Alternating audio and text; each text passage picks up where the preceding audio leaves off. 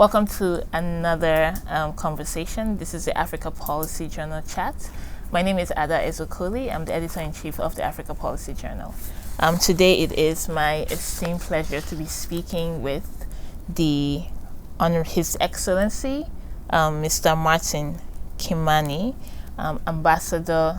Kenya's ambassador to the UN.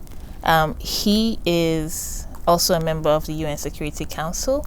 He recently served as the President's Special Envoy for Countering Violent Extremism and as the Director of Kenya's National Counterterrorism Center. Prior to that, he served as Permanent Representative to the United Nations in Nairobi, as well as to the UN Environment Program and the UN Human Settlements Program. Ambassador Kimani is a Fellow of the African Leadership Initiative and a member of the Aspen Global Leadership Network. He was Distinguished African Fellow at the South African Institute of International Affairs in 2013. He holds a PhD in War Studies from King's College London, the University of London. Karibu Harvard, Mr. Thank you for being here with us today. From us here at the Harvard team and the Africa Policy Journal, we want to express our condolences for the recent passing of Kenya's former president, Mr. Mwai Kibaki. Thank you. I know that it must be a difficult thing for the people of Kenya, and we just want to express our condolences. Thank you very much. It is a sad time for Kenyans at the death of our third president. He lived a long, rich life, but I have a special place for him in my heart because he appointed me to my first public service job. Wow. And he ran a government that prized excellence, prized giving civil servants the freedom to act in line with their analysis, and had a generosity of spirit when it came to leading Kenyans through very difficult times. So his passing is not just the passing of a really great person, but also the passing of a generation that saw us through the early days of our independence and shaped the Kenyan state for better and worse into what it is today. And so in a very real way, it means that those of us who are much younger than him now lack a generation that we thought of as the owners, in a way, of the change that we were going through, the elders, the guides. And it means that the generations of leadership that are following, of which I am one in my own official capacity and perhaps even personal capacity at a more junior level, clearly, we now have to be the adults in the room and understand that it is now for us to take up from where he left off. Thank you so much for sharing that incredible insight into the life of the former president. So today's conversation is going to look a little bit at different policy and governance issues facing not just Kenya, but also the continent of Africa as a whole. And in your role on the UN, I'd like to speak to some of these issues. But before we start, I'd always like to start by asking, can you share a little bit about your own journey? What brought you to where you are now in terms of your role, and what piqued your interest in working on these issues at the global level? Personal journeys are so complex and varied. They are. And so whatever answer I give you, I think is going to be very partial. But I think the best way I can describe my personal journey is that I am the culmination of a lot of people's efforts. I was raised by parents who cared deeply for me, especially my mother, who worked as a nurse and a business person running a small business on the side.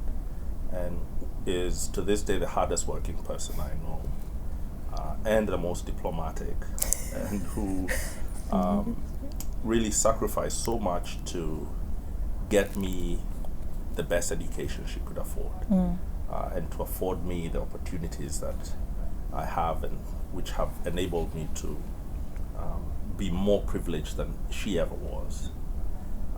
And she's just the first of many who have given of me so generously, especially in Kenya, and friends from different parts of the continent and elsewhere. And I, for a long time, did not know exactly where my path lay. I had a broad intentionality and an instinct that that I wanted to do something to try and change, or at least affect, what felt to me like a very humiliating imbalance of power that African people have to endure in some way. And I found it personally offensive that we should occupy the bottom of the ladder, and that we should be subject to double standards that was so obvious, and the moving of goalposts that devalued our being, our way of thinking, our way of being. And I felt some of that very personally when I was a student here in the United States. And so I didn't know what to do with that, other than be quite angry about it. Then as I grew and experienced more, it eventually took greater intellectual and professional shape. And so that is, I think, the underlying mission that I am on. And my job and the jobs that I've had before express in different ways that same mission. Thank you so much. You've been an advocate for the adoption of African solutions to African problems, and listening to your a little bit about your personal journey, I can see, kind of why. Can you explain what you mean by this, and can you highlight from your experience where you've seen this work? So an African solution to an African problem that you think is notable, can be replicated, can be scaled up. Well, the phrase itself is often credited to the late Professor George Aite, a Ghanaian political economist with a libertarian bent, who insisted that that limited government and the respect for private property were in fact not inventions of from Vienna at the turn of the 20th century, but rather were deeply embedded in African systems of economic production. And so he came up with a phrase, I'm not 100% sure, but it's credited to him, of African solutions for African problems. And I use this phrase very often, and it sometimes faces some skepticism. But to me, owning your problems is the most precious resource you have, because it is in solving them that you open up new possibilities for yourself as an individual and for your country or for your people. The problem of food security or food insecurity, by solving it, you have food security. Right. And you have jobs, and you have the food you want, and you determine what food that is. By solving problems of political instability or insecurity, you have to solve the fractures within your politics. Right. You have to create cohesion. You have to include people. You have to address deeper rifts and differences between you. And so if you solve that problem, you not only return to a status quo, you grow because of it.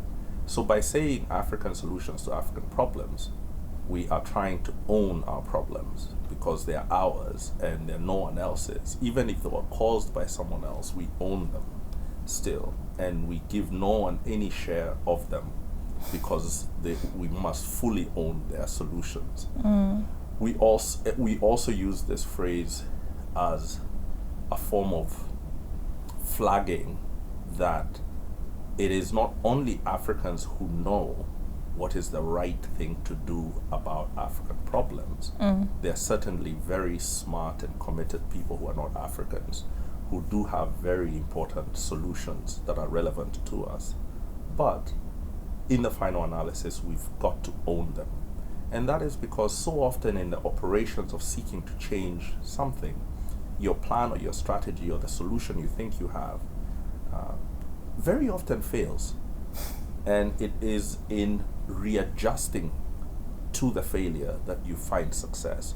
So ownership, whether of failure or of success, is so critical to where we want to head. And finally, African solutions for African problems is a way to rally our leadership to take greater responsibility in understanding that we've got to fight for the institutional and political space at the global level at a time when there are predatory extractive relationships that seek to advance their own interests through either escalating or magnifying our problems or appearing to solve them only to embed those predatory and extractive relationships with us.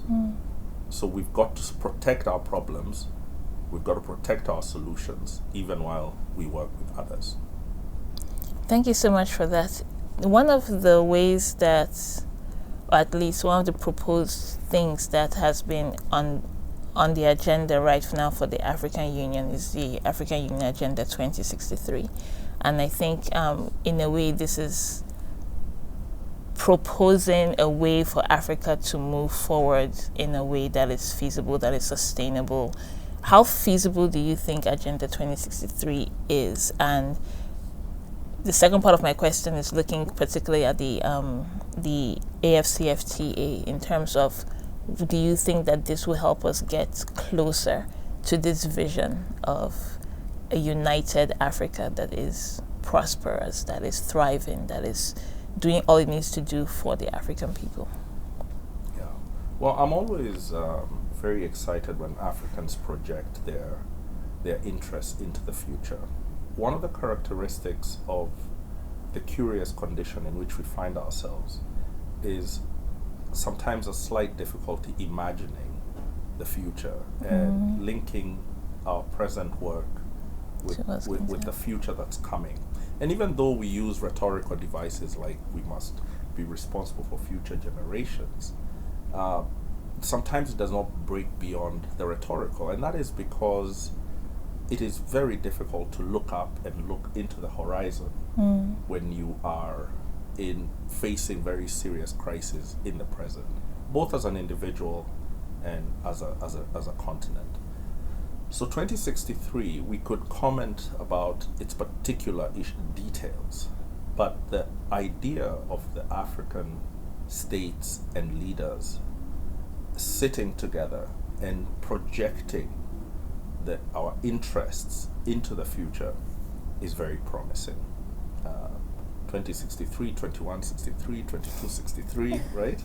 Because there will be African people at that time, and they will be living under the conditions that we create in much the same way that the Africans in 1922, the actions that the Africans in 1922 took or did not take have a material impact on us in 2022.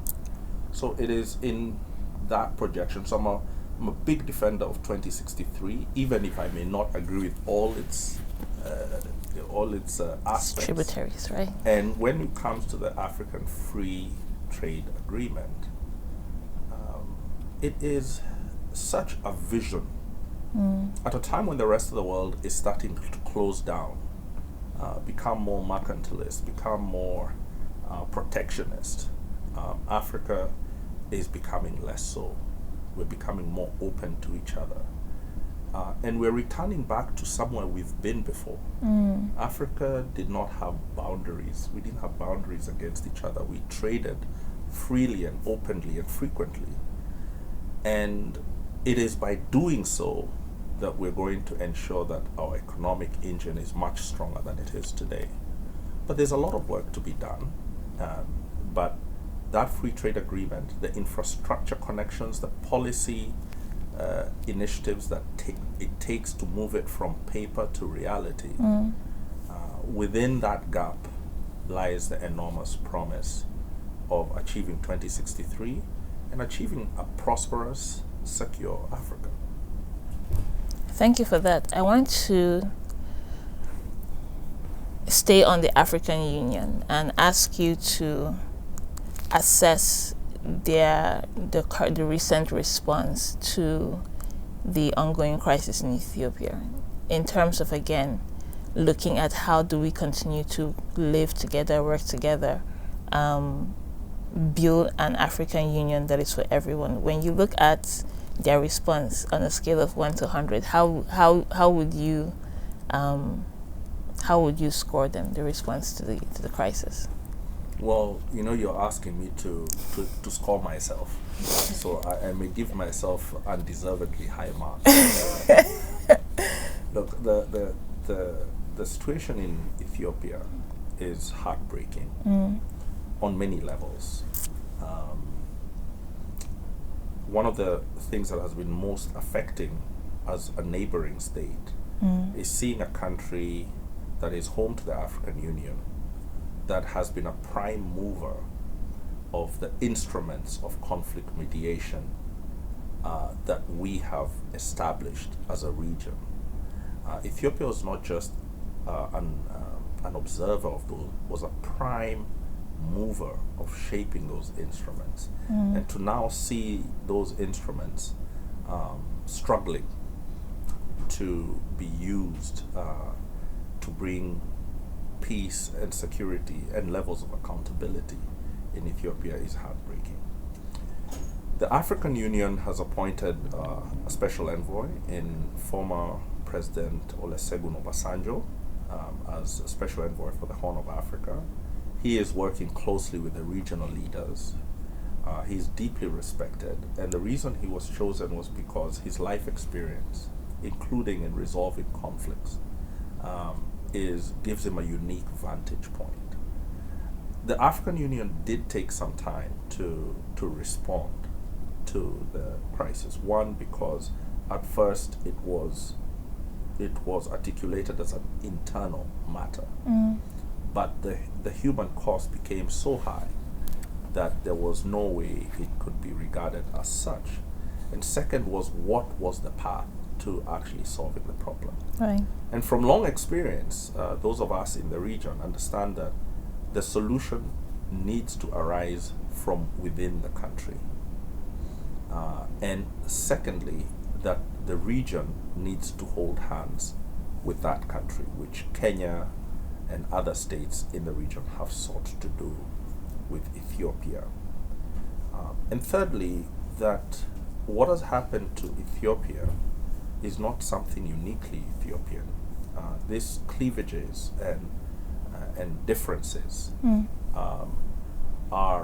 afflict almost every African country I know, and the extent to which you deal with them is a key determinant on whether you will enjoy peace and security. So as it stands today, President Kenyatta has been, who is in his last few months in office as president, has been extremely active and committed to working with the Ethiopian government to try and create the conditions for mediation. We have seen some positive steps taken both by the government and by the TPLF. The humanitarian crisis in Tigray is alarming, and it is clear that the government and the TPLF need to give unimpeded humanitarian access. Otherwise, what is already a disaster will become an even greater catastrophe. In the long term, the only solution is for the people of Ethiopia to sit down together and have a national dialogue to determine what kind of country they want to be in going forward, and to understand that it is impossible to realize that country by trying to bring any one group into submission through military means. So we're working with Ethiopia. I think if I was to grade where the African Union is, I would say we have not performed as well as we should have. I don't think as many Ethiopians should have lost their lives as have lost their lives. We could have moved more promptly. We could have moved more in more determined fashion. Perhaps we could have thought more clearly about things, but it is impossible to announce ourselves as successful when so many Ethiopians have lost their lives and continue to lose their lives. Thank you for that candid response and grading yourselves. And I'm really glad that you brought up President Kenyatta, because I'm about to pivot to your country, Kenya. Like you mentioned, he's in his last few months, and democratic elections are scheduled for August this year. As in several African countries, including mine and Nigeria, elections are a thing of, to some extent, anxiety for many people. When you look at the upcoming elections, are there signs to inspire hope for a credible, peaceful, and inclusive presidential election in Kenya? Yes, of course, they are. I will explain the signs, but before I do that, I must say, building a stable electoral democracy is not easy, because electoral democracy, by definition, is competitive, and politics, if one can quote somebody who's known in this building, Carl Schmitt, is a politics of us versus them. And I'm not excusing how he used that particular idea in Nazi Germany, but that opposition aspect between us and them means that this party is raged against that party. When you live in societies that are highly divided along linguistic, ethnic, or religious lines, it's one of the easiest thing for political entrepreneurs to do is to articulate the democratic us versus them along the lines of identity. And when you have systems that appear to have winner-take-all dimensions, then losing the election can sometimes appear not just as a loss of your side's policy advocacy, but the loss of you as a people from the instruments of power that you will then be subjected to. So for far too many elections in our continent, the electoral moment is a moment of high tension. Now, it has become clear that it's not only in our continent, and that even in the most so-called advanced democracies, the tribalization of politics is an ongoing trend, that the divisions and weaponization of identity is present in every electoral system we know of, and that there's a pervasive role being played by technology and social media in magnifying those differences and creating echo chambers that are contrary to secure and stable electoral processes. So when turning to Kenya,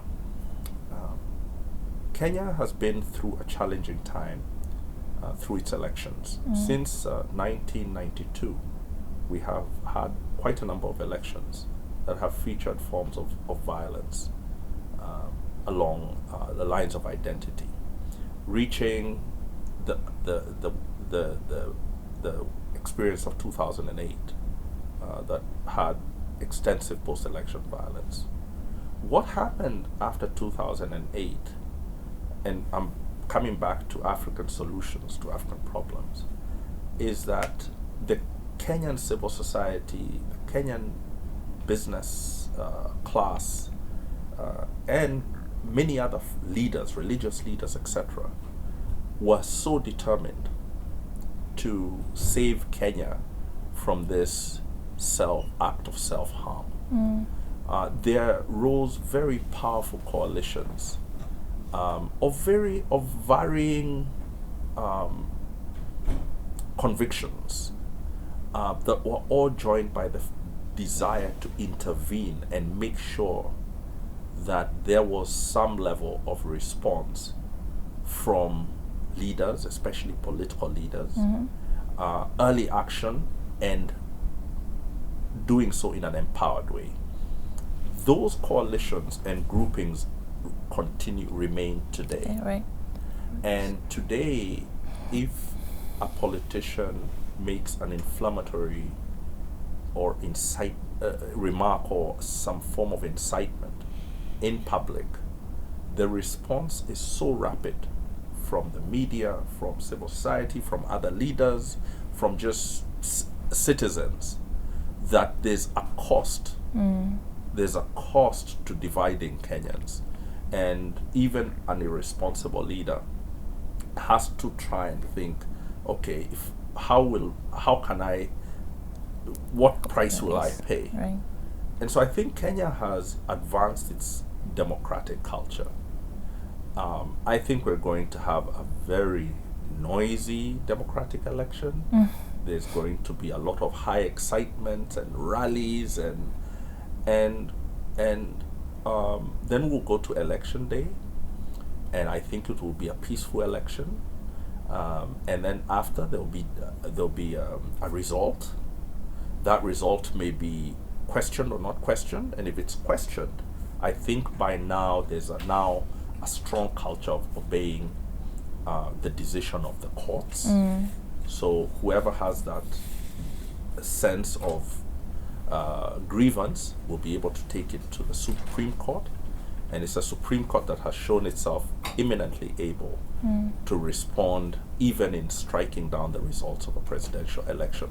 Whatever one may think of that decision from a legal standpoint, it certainly entrenches the idea of an independent Supreme Court. So I think it will all go well.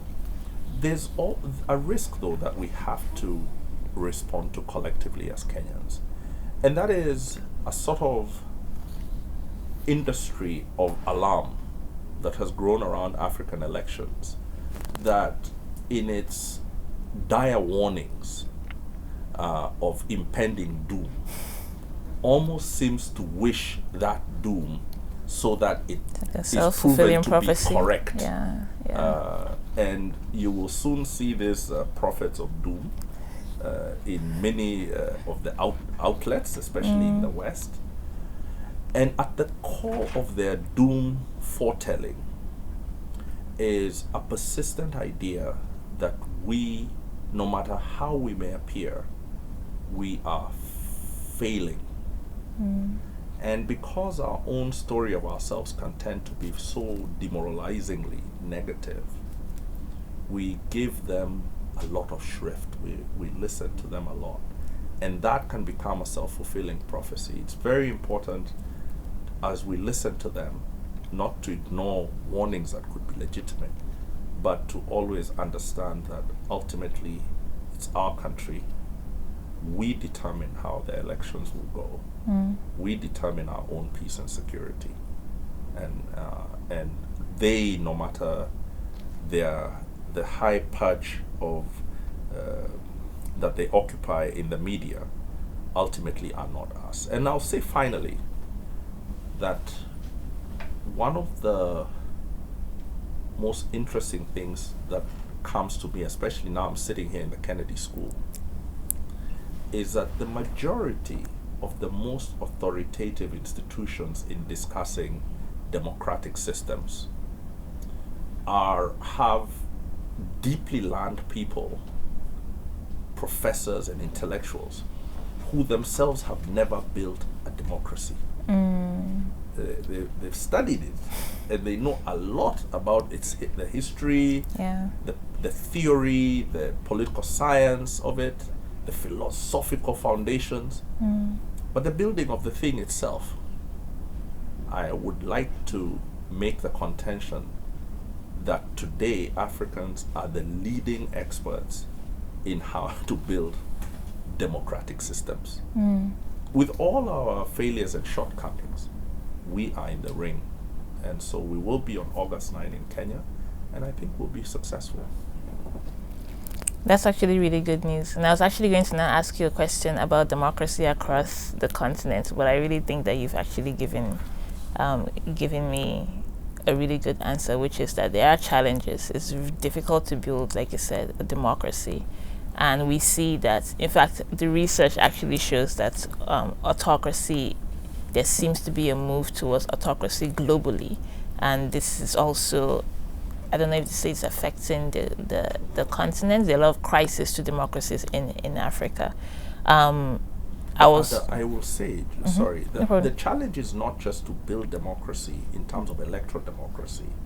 It's to build the software that leads to participatory democracy, right, that is inclusive and recognizes the unique cultural characteristics of our people. And the reason we choose democracy as part of our operating system is not because it has inherent advantages over every other system.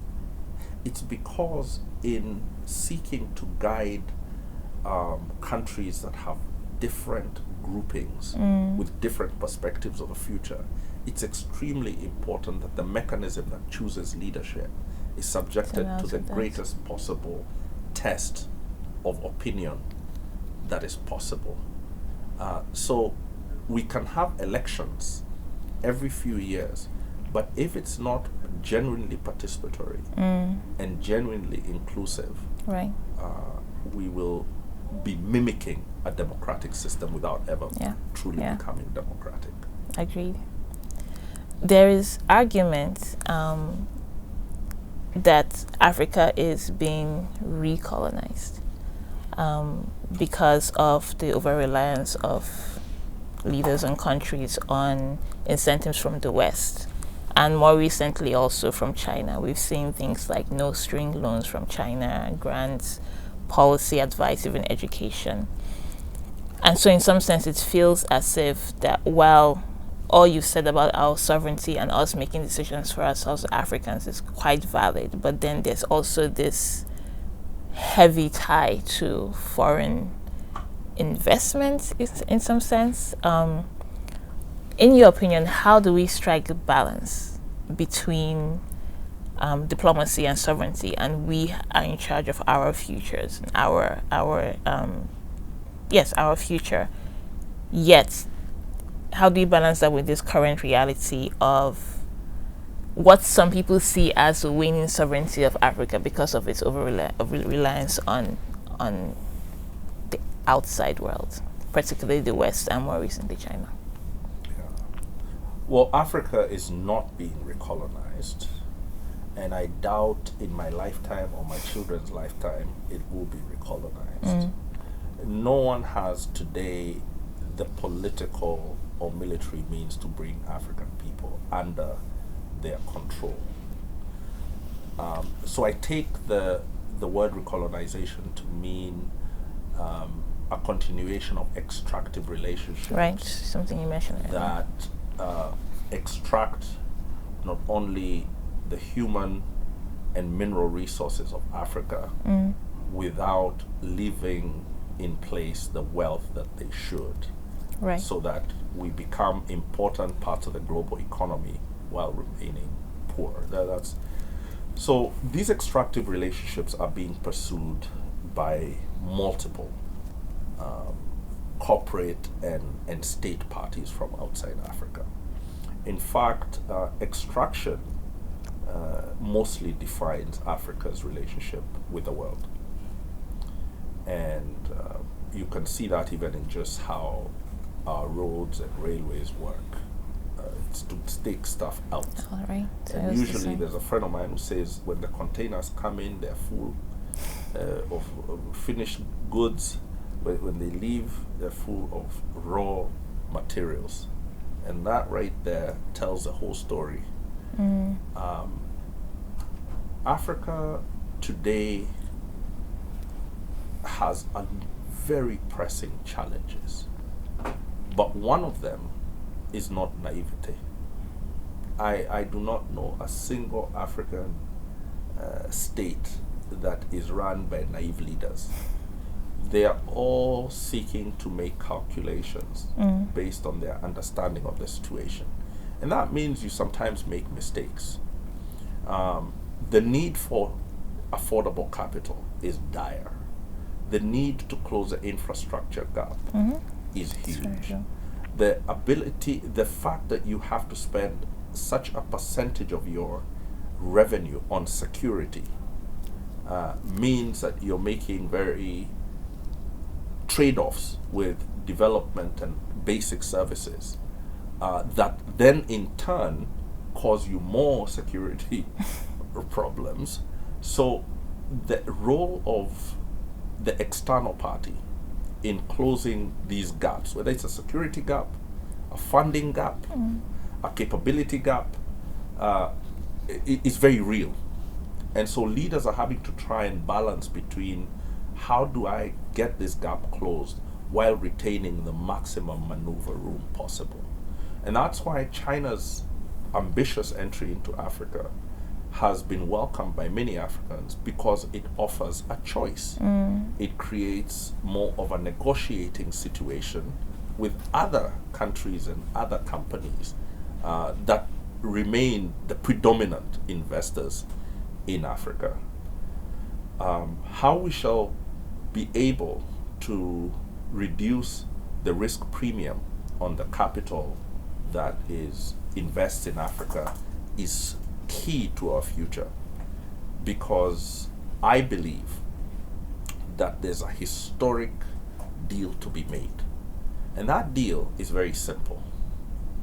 In both China and Europe, you have, and other parts of the world, you have vast amounts of capital that need to grow rapidly if they're to pay for aging populations. Many of these populations are retiring, and they're in a welfare state that whose basic political underpinnings demand that monthly checks appear in the bank accounts of retirees who have worked all their lives for that social security. Not a single one of those countries has that saving. They've spent it all, and now they're waiting for the money to come in. Meanwhile, Africa needs cheap capital, or cheaper capital, to feed the industries and productivity of the youngest, fastest growing, and fastest urbanizing population on earth. Now, if we remove the veils of racism, the veils of double standards, the veils that insist that African productivity cannot be an engine for world growth. If we could remove those veils, then we shall create an immense engine of growth and prosperity for the whole world, not just for Africans. Thank you. 1 second. 5 minutes? Yes. Okay, thank you. Great. I'm going to come to probably something that you've been recently famous for, which is that your statement on February 22nd, during the emergency session of the UN Security Council on the situation in Ukraine, raised concerns about the inability of the United Nations to live up to its mandate of preventing wars and maintaining international peace and global order. One, I guess, if you can talk to us a little bit about what led you to make those statements, and then what key reforms do you think are critical to make the UN perform its role more effectively? Well, I made the speech, but it was Kenya. It was Kenya's speech, not mine. Right, you're representing Kenya. Important difference. and we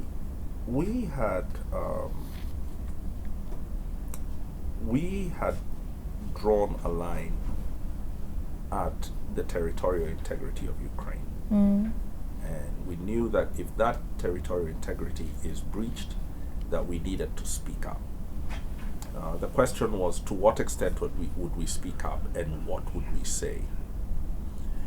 And Kenya is a member of the Security Council for 2 years, And we can only make a contribution in those 2 years. In 2 years, you cannot achieve world peace, right? And so the contribution we've chosen to make is one to always speak up for Africa and to always center the African experience in the global debate, and to always think that our unique experience and perspective has something valuable for the whole world, no matter the crisis, no matter the situation. And that is because we believe that the African story is a global story, and African interests stretch far beyond our borders. So we've decided to speak about our history in regard to borders, and why we respect the borders we had at independence, even though they are so absurd from a historical perspective. Right. And we think they're so absurd that we have a deep desire for integration so that we can erase them peacefully. And so we wanted to make this point at that moment, that to use military force was risking the very system underwritten by the UN Charter that promises to reduce the instance of war. That if powerful states all over the world were to think how to shift their borders in line with their perceptions of what those borders should be, that we would live in an untenable international system. But we thought to do that by speaking about Africa and our experience, in offering that experience to the Security Council and to the world as a way for the world to understand that Africans have had a uniquely ethical viewpoint that we've written into the very foundations of our African Union. The fact that the statement was welcomed as it was proof to us that every African should understand that our experience and our perspective is always relevant. Thank you. I have one more question, and then I'll let you continue with your day. So students come to the Harvard Kennedy School to learn how to think through difficult problems, facing the world, and work towards solutions. That's why we're here. What would you say to policy students here at the Kennedy School concerned about Africa's difficult problems? What would you say to them about how they begin to think about solutions? Well, the students I've met here so far are all, without fail, very smart, very passionate, very driven. And they're at Harvard to get the tools to make an impact on the problems they've identified as important to them. I don't know how much advice I can give such a talented, empowered person. But as I shall say later today, you have to think of what you're doing as planting a seed. And you have to be able to project the growth of that seed beyond your own actions. And the reason that is so important is to see the future in more clear terms, and to understand that your effort is only one effort, and that what eventually the solution requires is multi-generational collaboration. And so that even as you think of how you're crafting your solution today at Harvard Kennedy School, or at the law school, or at the business school, you must know that one day you have to think of how to pass it on, how to create systems that enable this effort to have legs beyond your own specific timeline, whether it's a financial timeline, a personal timeline, or even life itself. And we must begin to build the sorts of institutions and efforts that we can hand over to younger people, and they can hand over to other younger people when they're done. Otherwise, we're going to have a very hard time getting to where we need to get.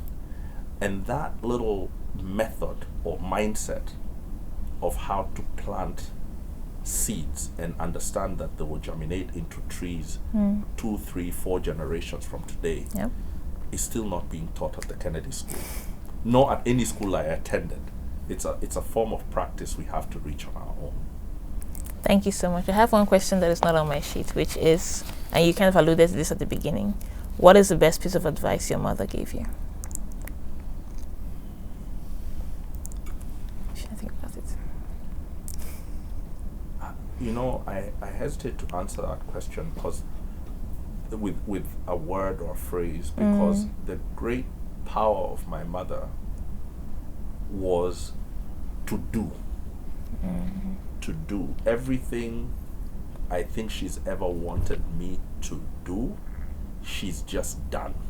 And so I have just grown up with that as the way you do things, the way she talks to people, always has a lot of time for people, always thinks about her grandchildren, is ready to sacrifice, works immensely hard. She didn't have to advise me to do any of that. I just saw it every single day, and I've grown up with it as a standard. So she's given me many pieces of tactical advice, but I'm actually struck by how little she's told me, you know, it's good to work hard or it's good to be. She just lives Exemplifies. it. Yeah. Ambassador Kimani, thank you so much for speaking with us today at the Africa Policy Journal. It's been incredible to hear your story and to sit and listen to your insights about the issues facing the continent. I'm very grateful for being here. Thank you for giving me the time and the platform to communicate some of my ideas. I hope they're valuable to your audience. Incredibly, they are. Thank you. Thank you.